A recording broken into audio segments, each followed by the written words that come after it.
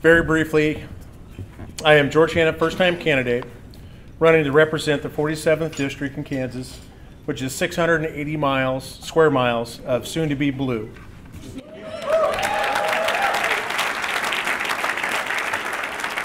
I am also a disabled veteran and proud chair of the Veterans Caucus and Military Families. Tonight I have the honor of introducing keynote speaker, South Bend Mayor Pete Buttigieg, known affectionately to his constituents as Mayor Pete. Mayor Pete started his political journey as a high school senior when in 2000 he was honored by Carolyn Kennedy for his prize-winning entry, the annual JFK Profiles in Courage essay, which focused on the integrity and the political courage of Senator Bernie Sanders, who spoke so powerfully to us at Washington Days just last year. Following his high school in South Bend, Mayor Pete went on first to Harvard, graduating with honors, and then to Oxford as a Rhodes Scholar, studying philosophy, politics, and economics, graduating with honors again in 2007. From 2002 through 2005, Mayor Pete helped congressional campaigns, was a policy research specialist for John Kerry's presidential campaign, and worked for former U.S. Secretary of Defense William Cohen's consulting firm. In 2009, Mayor Pete volunteered to serve in the Armed Forces as a lieutenant in the Naval Reserve, serving as an intelligence officer. As a disabled veteran of the submarine service, I salute your service.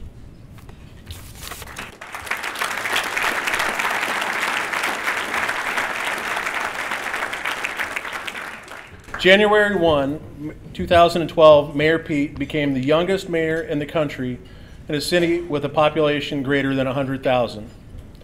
He won over 74% of the vote the first time and over 80% of the vote in the second term. Wow. Exactly. And in the second term, deployed to Afghanistan, where he served working his office as mayor of South Bend via the internet. That is multitasking at a whole new level.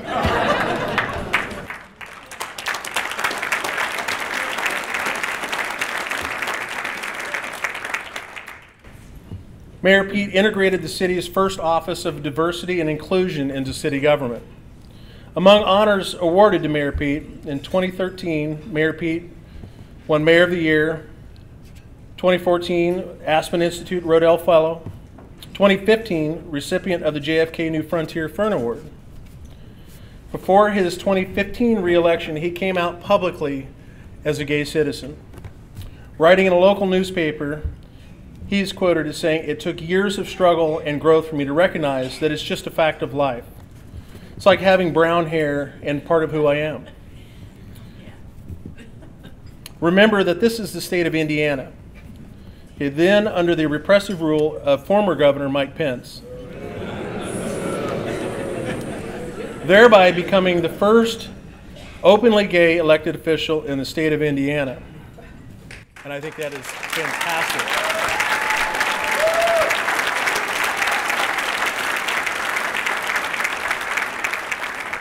Speaking to the New Yorker 3 weeks ago, or 3 weeks after Donald Trump was elected president, Barack Obama name-checked 4 gifted politicians he trusted to lead the Democrats into the suddenly terrifying future that we now share today.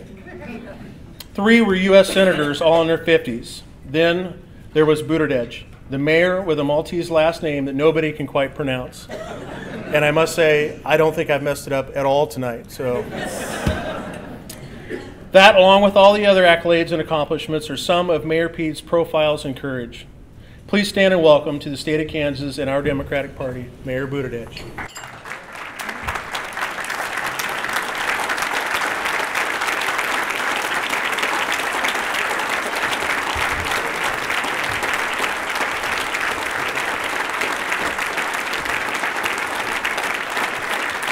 Thank you. Well, thank you for such a kind introduction. I'll do my best to live up to it. Kansas reminds me of Indiana a little bit. You'd never stand next to somebody in silence waiting for an elevator. So I was on my way down from the room and met this very pleasant, very impressive woman who we exchanged pleasantries. And of course, you got to make a little small talk. So she said, "Oh, How about now? All right. I was just sharing the small talk I was making with somebody waiting for the elevator on my way down, and she turned to me and said, I hope this speaker they lined up is interesting.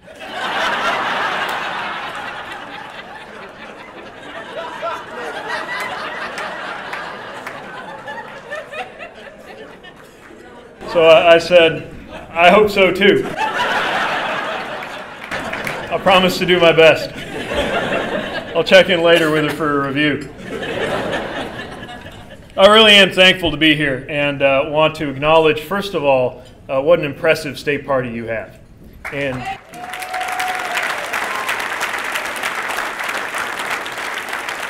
so, Chairman Gibson, Vice Chair Vicky, the whole committee that I've got to know have built something really impressive here, and we're going to need it. We're honored to have with us former Health and Human Services Secretary Kathleen Sebelius, Governor Sebelius.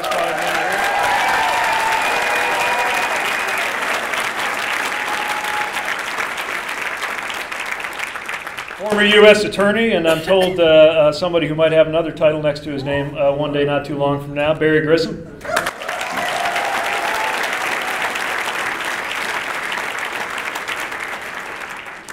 From your state legislative caucus, minority leaders Anthony Hensley and Jim Ward.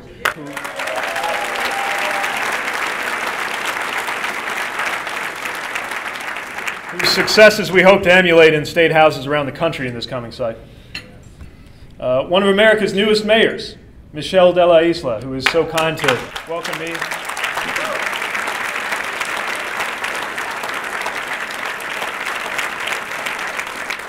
Already has inspired and impressed a lot of people in the community of mayors. I want to make sure you know that.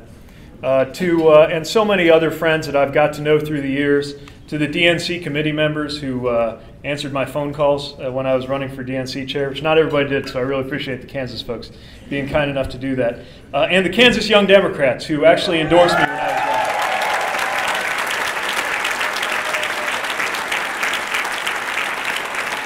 By the way, National Chapter of the Year. They were voted this year, so congratulations to you.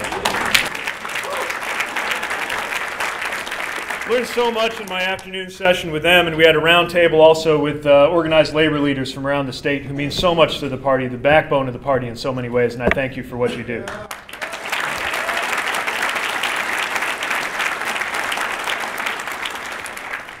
Also had an opportunity to explore Topeka a little bit, and saw North Topeka, saw what's going on as your downtown is coming back to life. I wasn't sure what emotions I was going to feel on one of the stops, which I was invited to go see a place called Equality House, across the street from a little neighborhood church that you got here. I'm just leaving aside the gay stuff. I wasn't sure how I'd feel, to be honest, because I wasn't sure I was prepared to see an upside-down flag on a flagpole. It occasionally fell to me to hand a flag to somebody and say, on behalf of the President of the United States, the Secretary of the Navy, and a grateful nation, I present you with this flag as a token of our appreciation for your loved one's service to our nation. And so I wasn't sure what mix of emotions I was going to feel when I saw that place. Then I saw what was across the street from that place. A rainbow-colored house.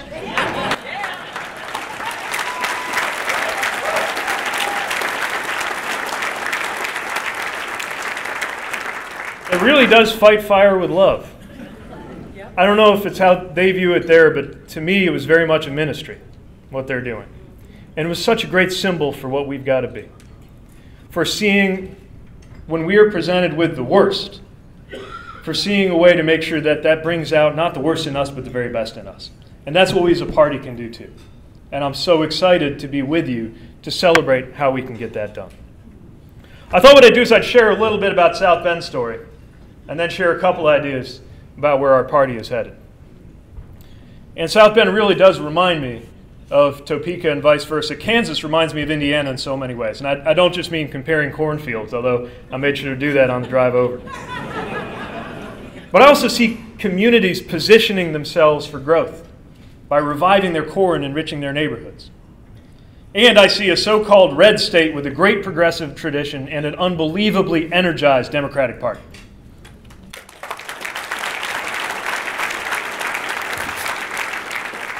Good news, because there has not been a more important season for Democrats in my lifetime. And so much of what has to happen, so much of what has to change, starts right here in the middle of this country. I think so much of the next chapter of the American story is going to be written in communities like this, communities like where you and I come from. If you visit my hometown, South Bend, Indiana, you'll see right away it's not a typical college town. We're proud of our colleges and universities, of course, but before places like Notre Dame put us on the map, we were an industry town. We were a great manufacturing center, headquarters of Studebaker and a dozen other major companies that powered us into the 20th century. And when Studebaker collapsed in 1963, it brought our city to its knees. Factories that used to throb with activity were silent. Houses that were full of life and love and hope were crumbling and vacant. When I was a little kid going to school, I didn't even realize that the empty buildings looming over the route to get to school weren't something that every city had. And there's a lot of America that shares some version of that story. By 2011, the time I got into the race for mayor in South Bend, Newsweek had a feature on the 10 dying cities in America, and we were on that list. And it hurt. It could have finished us off, but our community took that as a call to action. It shook us up. We didn't try to wish it away or ignore it. We talked about it. And a few years later, we were experiencing the comeback of a century. I hope you get to see it for yourself if you haven't yet. I'm in my 7th year, and I'm proud to report to you that we now, this once dying city, is experiencing the fastest population growth in a quarter of a century.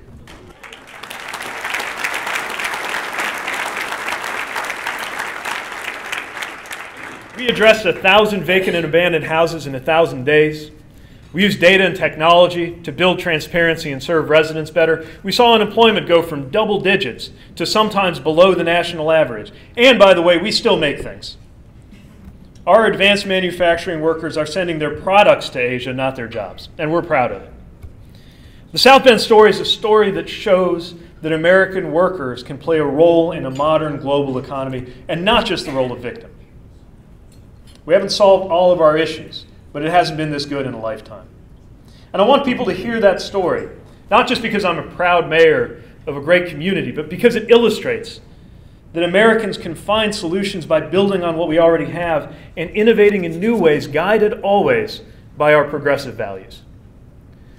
So often the answers come from right around us, our cities and our counties, right here in the American heartland. And yet so little of attention has come to our part of the country because we can't take our eyes off of Washington. Now, politically, it's hard these days to talk about local solutions. It's hard to talk about any solutions because of this mesmerizing horror show going on in our capital. And that's what it is. Every day this president is in office, he yanks out a thread from the very fabric of what it means to be an American. He says, you don't belong here, and we're losing a thread. He says, you can't serve your country, and he tears out a thread. He says, your hatred is justified, and another thread is gone. And he will keep pulling one thread at a time, unraveling our republic until the American dream is just a tangled mess of yarn in his little hands.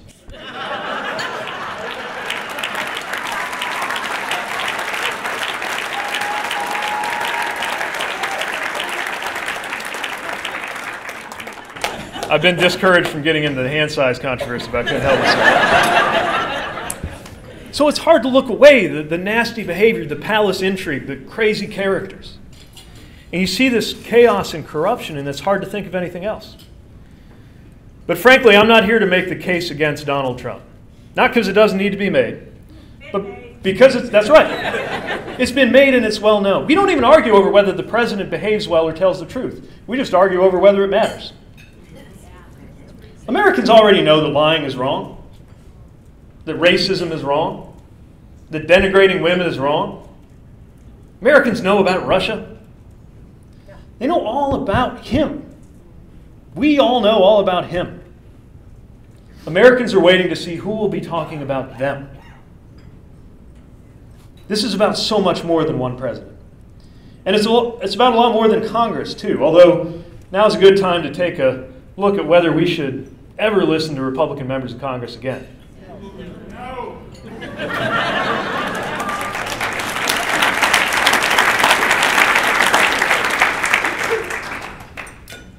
I'm a young man, but I'm just old enough to say things like, I'm old enough to remember when. And I'm old enough to remember when in the 1990s they told us Bill Clinton would ruin the economy. I'm old enough to remember in the 2000s when they said we ought to deregulate the financial industry, because what's the worst that could happen? Old enough to remember them telling us that climate change wasn't real, that going to war in Iraq would be easy, and that our country would get safer every time they made it easier for just about anyone to get just about any gun anywhere in this country. And of course, they told us that tax cuts pay for themselves. Now we're in Kansas. Living proof that the radical conservative experiment has failed. So I don't have to tell you what happened when Governor Brownback got busy slashing taxes while refusing to expand Medicaid, denying health care to rural communities just as the opioid crisis was beginning to explode. Budget shortfalls, education cuts, crumbling roads and infrastructure, jobs lost. Kansas deserves better. And yet over in Washington, a house full of Republican members of Congress look at the Brownback disaster and say, you know what we need? We need to give the whole country a taste of this. So we already know how badly this president and this party, his party, are failing. But I'm here to tell you that the truth is, no matter how powerful the case against this president, no matter how obvious the case against this Congress, it will never be enough for people to hear only what we are against. The hard truth is that right around the time the Republican Party lost its mind, the Democratic Party, nationally, showed signs of losing its way. We started hesitating to talk about our values. We weren't paying attention to state and local races like our conservative friends were. And we became so obsessed with talking about him that voters at home asked, who's talking about me? But now's our chance to change all that. First of all, it's our chance to look beyond the White House, paying attention to those crucial state and local offices, and stop treating the presidency like it's the only office that matters.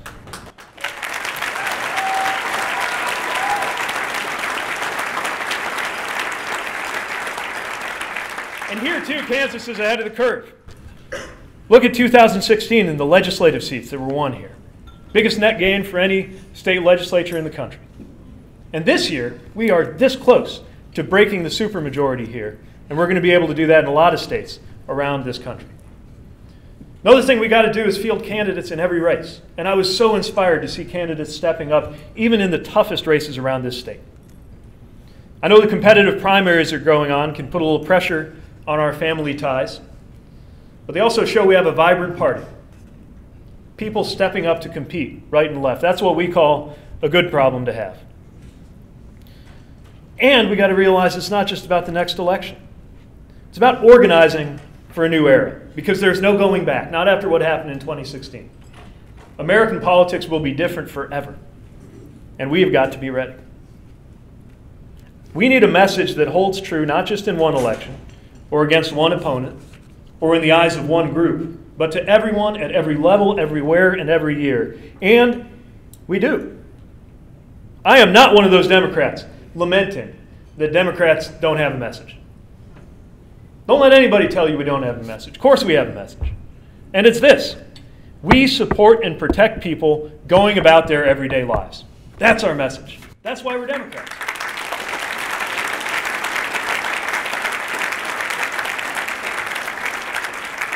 How do we do it? How do we support people in everyday life? By defending the values of freedom, families, and fairness. All of which are themes that we've got to take back from our conservative friends across the aisle. Like freedom, which was Democratic bedrock ever since FDR saved the nation in the free world. Freedom from what? Freedom from fear. See, our Republican friends use the word freedom all the time. They mean it. They're sincere, but their idea of freedom is terribly thin. Because freedom from government is the only freedom they can imagine. They forget how many other things can make somebody unfree. So they say that getting rid of government's all you need to establish freedom. But I say you're not free if you can't change jobs, or start a business because you're afraid of losing your health coverage. You're not free.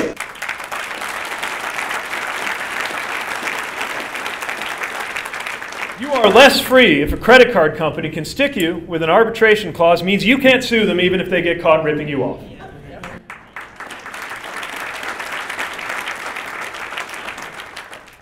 You're not free if you got to wonder whether your kid is safe at school, because there is legally nothing anyone can do to keep an assault rifle out of the hands of a teenager with mental illness.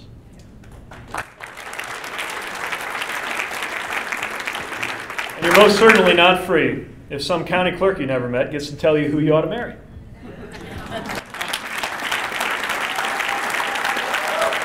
We're the party of freedom.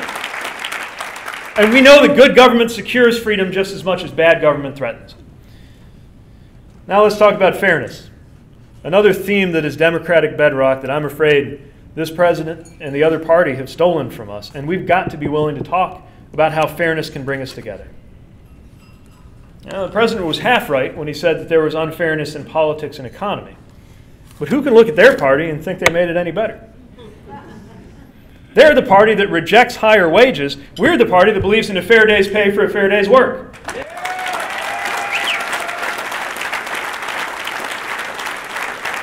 We're the ones that believe in equal pay for men and women doing the same job because it is fair.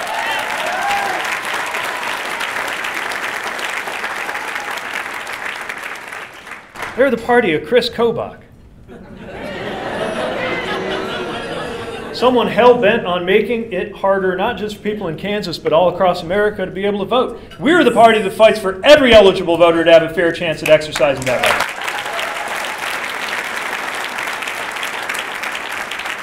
We're the ones standing up for fair districts, not some gerrymandered crazy quilt that lets politicians pick their voters instead of the other way around. And we're the party that stands up to big banks that rip people off. And yes, we are proud to be the party of organized labor that knows that everyone's better off when workers are paid and treated fairly.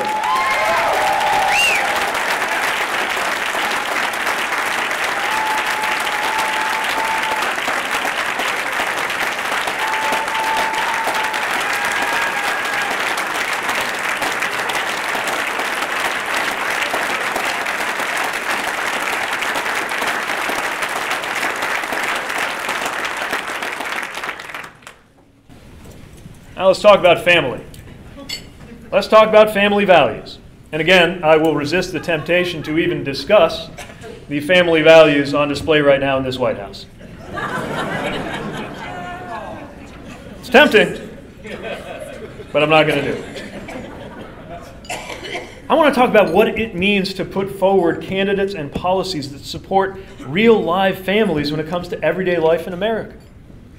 Mass deportations, tearing parents and children out of each other's arms, is as far away from pro-family as a policy can get.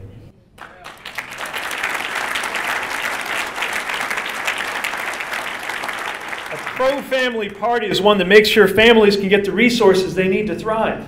Good pay, health care, and yes, a free, quality public education.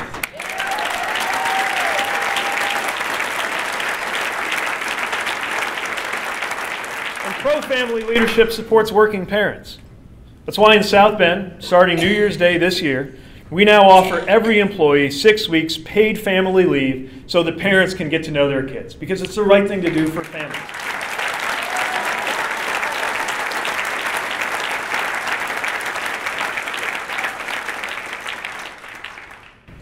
And as somebody who's starting to think about starting a family, someone who's getting married in June,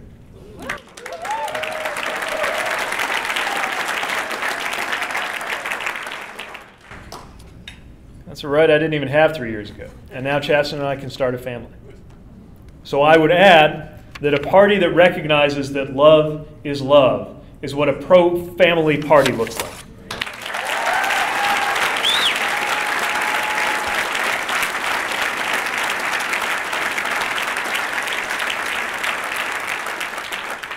Freedom, fairness, family.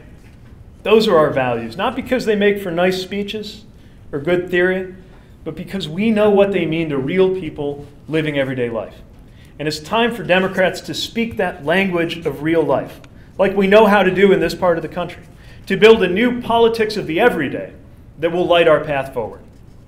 Radical conservative experiments have failed when you look at them in the harsh light of what actually happens on the ground. What I love working about the local level is that there are no alternative facts when it comes to people's everyday experience. I filled in the pothole or I didn't. It's not like proving whether I was born in the U.S. It's right there for everybody to see. Now, sometimes I go set up a card table in a school or neighborhood center just so anybody who didn't catch me at a council meeting or buttonhole me at the grocery knows they can have a one-on-one with the mayor.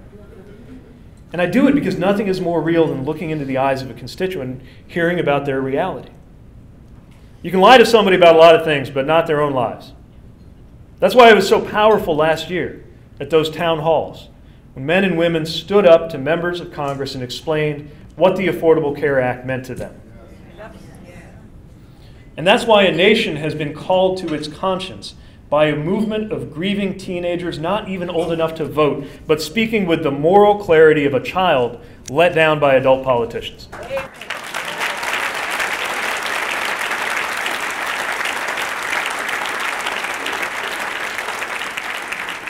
We need more of that clarity in our politics right now. And my new political project, Hitting Home, is organized around narrative, helping people tell their stories to move the center of gravity of American politics back to everyday life, as it is impacted in 1,000 ways by good and bad policy. Because all politics is local, especially state and national politics. Every policy experiment hits home for somebody. Certainly true for my generation. Say what you will about the millennial generation, but I'll tell you what being in that generation means to me. Our generation provided most of the men and women who served in Iraq and Afghanistan. We came of age with school shootings as the norm. And we're the generation that will see the business end of climate change in our lifetimes. Our generation stands to be the first in American history not to live longer and more prosperous lives than our parents unless we do something about it now. And it's not just generational for me, it's personal. I sat down with loved ones facing cancer, talked about what we would do if Congress kicked them off the health care they get through the Affordable Care Act. I've looked into the eyes of an 8-year-old boy, an 8-year-old American boy, who lost his father to a deportation, and tried to tell him and convince myself that things are going to be okay. I've called 911 for a young man on a front lawn having an overdose and rolled him over, propped up against my shin so that he wouldn't choke to death. I've stood in basements flooded by extreme rainfall, hitting our city just the way the scientists have warned us about for decades. 1,000-year rain and then a 500-year flood less than 2 years apart. Climate change isn't about ice shelves for me. It's about neighborhoods. And I carried a weapon in a foreign land on the orders of an American president. See, when President Trump and his sons were busy with season 7 of Celebrity Apprentice, I was driving and guarding convoys outside the wire in Afghanistan.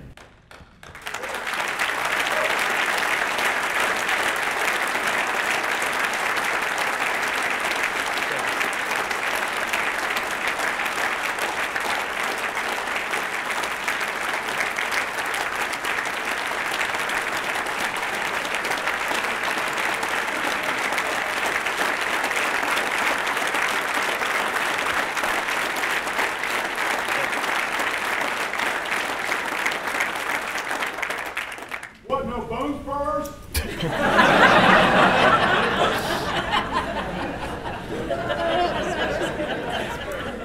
Since you brought that up, it is traditional for the president to manage to visit troops in a combat zone at least once in his first year. I can't help but notice that this president hasn't gotten around to it. So if you run into him anywhere, you might want to remind him that that would be nice. So when I was doing that, I had a lot of responsibilities, but the one that really mattered was making sure that the men and women in my vehicle got where they were going alive. And when they got in my vehicle, I promise you, they did not care if I was a Democrat or Republican. They cared about whether the route I selected had the fewest IED threats, not where my father immigrated from and whether he was documented or undocumented. They cared about whether my M4 was locked and loaded and whether I knew how to use it, not whether I was going home to a girlfriend or a boyfriend. They just wanted to get home safe like I did. And whatever divides us, the ground truth of everyday life is something we all have in common. These are the things we care about. Taking care of the people we love, having a shot at building a better life, coming home safe. These are the things that move us. And they have the power to bring us together. Whether you're a worker looking to keep his job at a tool and die shop, or a parent of an African-American teen having the talk about what to do if you get pulled over by law enforcement, or a dreamer looking for a chance to go to college, or the spouse of a police officer kissing them goodbye on their way to work, or a transgender kid in high school in South Bend who just has to use the bathroom like everybody else.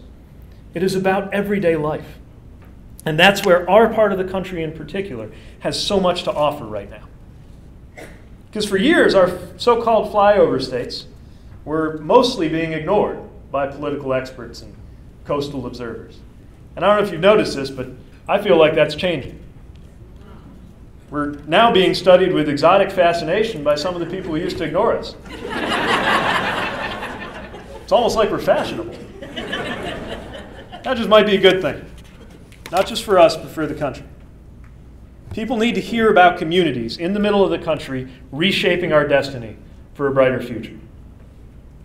People need to hear about veterans and rural Americans who care about progressive values like freedom, family, and fairness just as much as urban and coastal Americans do.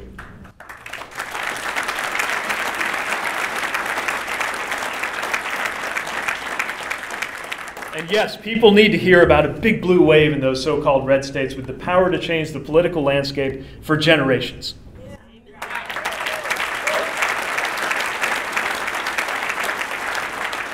So in the name of everyday life, in the name of the people we love, in the name of a great country that knows it deserves better, we will run in every district. We will knock on every door. We will talk to every neighbor and defend our values to everyone who will listen and anyone who won't.